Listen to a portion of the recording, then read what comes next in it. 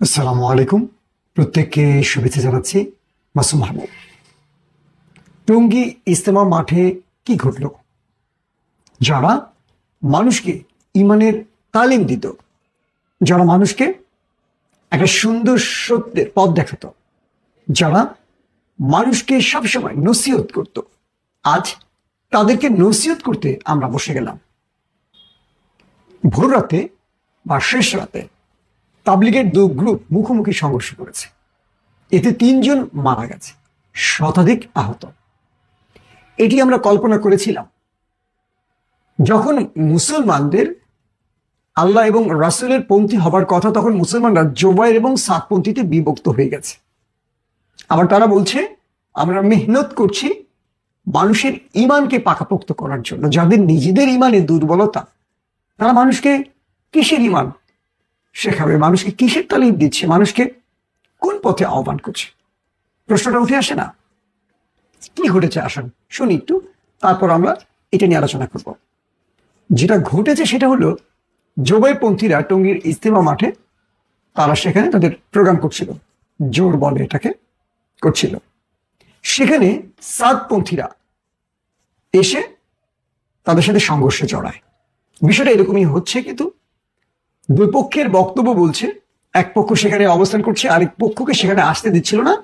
তারা তখন তাদের সাথে সংঘর্ষে জড়ায়। প্রশ্নটা হলো, আপনারা যারা তাবলিগ জামাতের সাথে জড়িত আছেন, আলেম ওলামারা আছেন, আপনারা কি বুঝতে পারছেন এটা করে আপনাদের গ্রহণযোগ্যতা, আপনাদের অবস্থান আমাদের কাছে কোথায় পড়ে গেল? একটা প্রশ্ন হলো যে যে মানুষগুলো আপনাদের আহ্বানে এই প্রচন্ড ঠান্ডার মধ্যে এসছিল, তারা কি শিখে গেল, কি জেনে গেল, কি বুঝে গেল? আমাদের দুই সমন্বয়ক হাসনাত আবদুল্লাহ এবং সার্জিস আলম মধ্যরাতে সেখানে গিয়েছিলেন এই দুটো মুখোমুখি গ্রুপকে শান্ত করতে। পারেননি। পুলিশ ছিল, বিজিবি ছিল, সেনাবাহিনী ছিল। জোবাইর গ্রুপের উপর সাদপন্থীরা দেশীয় অস্ত্রশস্ত্র নিয়ে আক্রমণ করেছে, এমন অভিযোগ করেছে জোবাইরপন্থীরা। আবার সাদপন্থীরা বলছে তাদের উপর আক্রমণ হয়েছে। যারা মানুষকে ইসলামের পথে, শান্তির পথে আহ্বান করবেন, তারা আজকে অশান্ত হয়ে গেছেন, সন্ত্রাসের পথ বেছে নিয়েছে। লাভ হয়েছে কার? সব লাভ হয়েছে ওপারের। কারণ ওপার দেখাতে চেয়েছে এই দেশে মৌলবাদের আস্ফালন ঘটেছে, এই দেশে জঙ্গিবাদের উত্থান ঘটেছে। আজ সেটাই তারা দেখিয়ে দিল। তার মানে ওপারের যেহেতু লাভ হয়েছে, আমরা এটুকু বলতে পারি এপারের কেউ সেই ষড়যন্ত্রে জড়িয়ে গেছে। আসেন, জোবাইরপন্থীরা বলছে সাদপন্থীরা সঠিক পথে নেই। কিরকম? জোবাইর বিরোধীদের অভিযোগ সাদপন্থীদের বিরুদ্ধে যে তাদের প্রধান মাওলানা সাদের অনেক রকম সমস্যা আছে। তিনি এমন কিছু বক্তব্য দিয়েছেন যেটা ইসলামের সাথে সাংঘর্ষিক, যেটা সাহাবীদের সাথে বেয়াদবির শামিল। আমরা সারা জীবন তাবলিগকে দেখেছি, বুঝেছি যে তারা নির্ভেজাল, অরাজনৈতিক। সবাই তাদের কাছে দোয়া প্রার্থনা করতে যায়। বিশ্ব ইজতেমা মাঠে আমাদের দুই নেত্রী, আমাদের বড় বড় আলেমরা, এক কথা ধর্মপ্রাণ মানুষ, শেষ মুনাজাতে আল্লাহর দরবারে প্রার্থনা করে। এটা আমরা আমাদের জন্মের পর থেকে এই রেওয়াজটা আমরা দেখে এসছি। আর আজকে আমরা শুনি তাবলিগ জামাত দুটো গ্রুপ, জোবাইর গ্রুপ, সাদ গ্রুপ, বা সাদপন্থী, জোবাইরপন্থী। অথচ আগে শুনতাম এরা আমার রাসূলপন্থী। বুঝতে পারছেন? ওপার আমাদের প্রত্যেকটা প্রতিষ্ঠানকে, আমাদের প্রত্যেকটা সংস্থাকে, আমাদের প্রত্যেকটা আবেগের জায়গাকে দ্বিখণ্ডিত করে দিয়েছে। জোবাইরপন্থীরা বলছেন সাদপন্থীরা হলো ওপারের এজেন্ট, অর্থাৎ ভারতীয় সমর্থিত। সাদপন্থীদেরকে ওপারের এজেন্টরা বাংলাদেশে মানুষের মধ্যে এই সন্ত্রাস ছড়িয়ে দেওয়ার প্রেসক্রিপশন দিয়েছে। জোবাইরপন্থীরা বলছে তাদের বিরুদ্ধে অনেক অভিযোগ রয়েছে যে তাদেরকে ওপারের এজেন্সি নিয়ন্ত্রণ করে। সত্য কি মিথ্যা জানি না, অভিযোগগুলো উঠে এসছে। এখন কথা হলো, দেশটার নাম বাংলাদেশ। বাংলাদেশে যথেষ্ট বড় বড় আলেম আছে। তো এই দেশের আলেমরাই নির্ধারণ করবেন তাবলিগের মুরব্বী হবেন কে, কে হবেন প্রধান। ওপারের সাব গ্রুপ এসে এপারকে অরাজকতার দিকে নিয়ে যাবেন, সন্ত্রাসের দিকে নিয়ে যাবেন, এটাও আমরা চাই না। আবার যারা সাদপন্থী রয়েছেন তাদের বলবো, আপনারা এই পন্থীগিরি বাদ দিয়ে রাসূলপন্থী হবার চেষ্টা করেন। ইতিমধ্যে সরকার বিশ্ব ইজতেমা ময়দান বা টঙ্গীর আশপাশ এলাকায় সকল প্রকার সভা সমাবেশ মিছিল নিষিদ্ধ করেছে। আমি প্রশাসনকে বলবো যে এটা কঠিনভাবে মোকাবেলা করতে হবে, কারণ গতকালকে যা ঘটেছে টঙ্গী বিশ্ব ইজতেমা মাঠ কেন্দ্র করে, এটি ভয়ানক আলামত এবং এটি পরিকল্পিত। আমি বিশ্বাস করি আমাদের প্রশাসন বুঝতেই পারছেন এটা নেপথ্যে কারা রয়েছে, কি করতে চাইছেন তারা। কিন্তু একটা বিষয় আপনারা বুঝে যে আমাদের ইন্টেলিজেন্স যে বারবারই ব্যর্থ হচ্ছে, এটা আবার আমাদের চোখে পড়লো। এই দুটো গ্রুপ মারমুখী অবস্থানে যাচ্ছে, সংঘর্ষ বাঁধবে, এই তথ্যগুলো কি আমাদের এজেন্সির কাছে ছিল না? এই গোয়েন্দা ব্যর্থতা, ফেইলার আর কত দেখবো আমরা?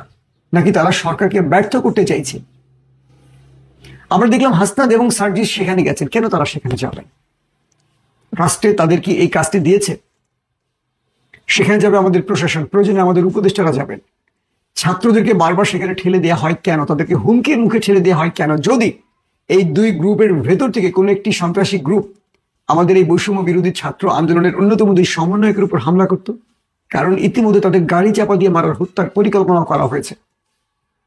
আমি হাসনাত এবং সার্জিসকে বলবো, এটা রাষ্ট্রের দায়িত্ব, আপনাদের দায়িত্ব না। আপনারা জীবনকে হুমকির মধ্যে ফেলে বারবারই সব জায়গায় সমাধান করতে যাবেন না। প্রশাসনকে বলবো, যারা এই হত্যাকাণ্ডে জড়িয়েছে, সংঘর্ষে জড়িয়েছে, তাদেরকে শনাক্ত করুন, তাদের দ্রুত গ্রেফতার করুন, নতুবা তারা এর চেয়ে বড় অরাজকতা সৃষ্টি করবে। এখন আমার মনে হচ্ছে এতদিন যে হেলমেট লীগ, চাপাতি লীগ, তারা আনসার লীগ, ফকির লীগ, গার্মেন্টস লীগ, এরকম লিগের পর এবার তারা তাবলীগে প্রবেশ করেছে এবং তারাই মূলত এই কাজটি করেছে। এবং আশঙ্কা করা হচ্ছে বিশ্ব ইজতেমাকে ঘিরে এর চেয়ে বড় তাণ্ডব চালাতে পারে এরা। এবং এমনও আশঙ্কা করা হচ্ছে যে বিশ্ব ইজতেমাকে ঘিরে কয়েক লক্ষ আওয়ামী লীগ, যুবলীগ এবং এই লীগ বাহিনী জড়ো হবে, দাড়ি, টুপি, পাঞ্জাবি, পোশাক পরে, এবং সেখান থেকে পুরো ঢাকা শহরে তারা একটা ভয়ঙ্কর তাণ্ডব চালাতে পারে। সরকার পতনে তারা রাষ্ট্রকে একটা বড় অরাজকতার দিকে নিয়ে যেতে পারে। তাই বলবো, এই সরকারের ইন্টেলিজেন্স, প্রশাসনের একের পর এক ব্যর্থতা থাকা সত্ত্বেও বলবো, সরকার এই বিশ্ব ইজতেমাকে ঘিরে একটা শক্ত অবস্থানে যেতে হবে। কারণ গতকালকে যেই দুপক্ষের সংঘর্ষ দেখলাম এবং এই প্রথম প্রাণহানির ঘটনা ঘটলো, আমার আশঙ্কার কথা আগামী দিন এর চেয়ে বড় কিছু ঘটাতে পারে এরা বাংলাদেশে। অতএব বিশ্ব ইজতেমা, যুবলীগ, ছাত্রলীগ, স্বেচ্ছাসেবক লীগ বা আওয়ামী লীগ, তাদের একটা বড় মহড়া চলতে পারে এই সরকার পতনে। প্রিয় দর্শক, এখন আপনারা বলবেন যে তাবলীগ জামাতকে নিয়ে আমি কেন এই আশঙ্কার কথা বলছি? তাবলীগ হলো এমন একটি সংগঠন, এখানে কোনো রাজনৈতিক ব্যক্তিরা যায় না, এখানে সব দল মতের মানুষ যায়। এবং এই দলমত মানুষের মধ্যে তাবলীগের যেই বিশ্ব ইজতেমা মাঠ কেন্দ্রিক যে সিস্টেমগুলো, এটা কন্ট্রোল করা, এখানে কে আসলো, কে গেল, কাদের কি ইচ্ছা, এখানে কোনো বোমা বহন করলো কিনা কেউ, এখানে কোনো ডিভাইস বিস্ফোরণের পরিকল্পনা করলো কিনা কেউ, এগুলো বোঝার উপায় থাকবে না। খুব মামুলি সাধারণ মানুষরাও এখানে আসে, একেবারে অল্প শিক্ষিত মানুষেরাও এখানে আসে, মানে শিক্ষিতদের সাথে অল্প শিক্ষিত মানুষও আসে। অর্থাৎ বাংলাদেশের ধর্মপ্রাণ মানুষের একটা কি বলবো যে মিলন মেলা হলো এই বিশ্ব ইজতেমা। তো এখানে যদি ষড়যন্ত্রকারীরা কোনো বড় পরিকল্পনা বাস্তবায়ন করতে চায়, এটা খুব সহজে তারা পারবে। তাই বলবো, এবার বিশ্ব ইজতেমাকে একটু ভিন্ন চিন্তা করতে হবে।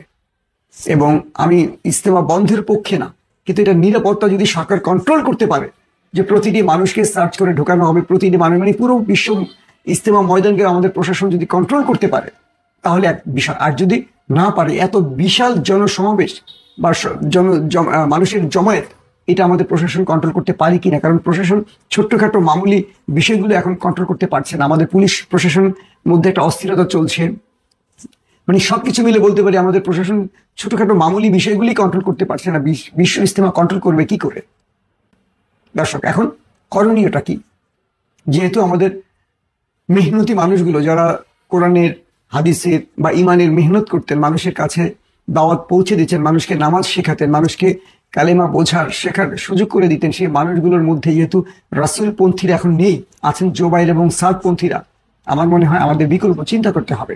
বাংলাদেশে তাবলীগের নেতৃত্ব থাকবে বাংলাদেশের আলেমদের হাতে, কোনো ওপারের আলেমদের হাতে নয়। চাই না মাওলানা জোবাইর কিংবা মাওলানা সাদ পন্থী বলে কোনো পন্থার ঘোষণা আসুক, আমরা চাই একটি পন্থা, সেটা হলো আমরা রাসূলের পন্থী। দর্শক, বিদায় নিচ্ছি আজকের মতো। প্রত্যেকে ভালো থাকবেন। আল্লাহ হাফেজ।